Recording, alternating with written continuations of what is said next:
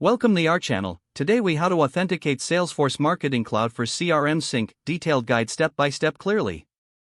Begin by logging into your Salesforce Marketing Cloud account. Navigate to the main dashboard. Locate and click on the Administration tab. In the drop-down, select Account Settings. From the left-hand menu, choose API Settings. Take note of the client ID and client secret displayed on the screen. Next, open a new tab and log into your CRM system. Access the settings area within your CRM platform. Locate the section for integrations or connected apps. Select the option to add a new integration. When prompted, enter the client ID from Salesforce Marketing Cloud.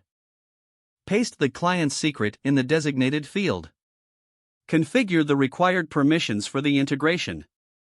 Ensure that the scope includes data access for synchronization. Save the settings to create the integration. Return to Salesforce Marketing Cloud and navigate to Installed Packages. Click on New to create a new package. Provide a name for your package and a brief description. Under the Components section, select API Integration. Choose Server to Server as the integration type.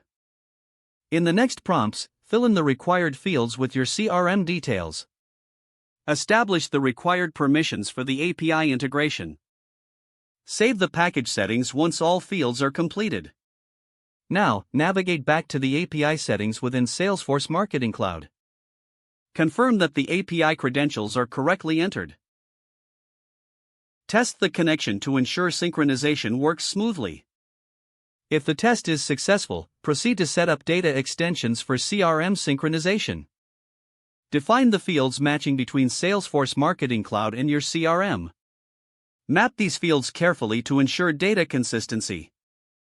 Once mapping is complete, configure your synchronization schedule. Decide if this will be a one-time sync or a recurring synchronization.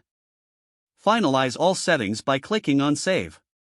Monitor the synchronization process within the dashboard. Don't forget to like this video and subscribe to our channel for more step-by-step tech guides.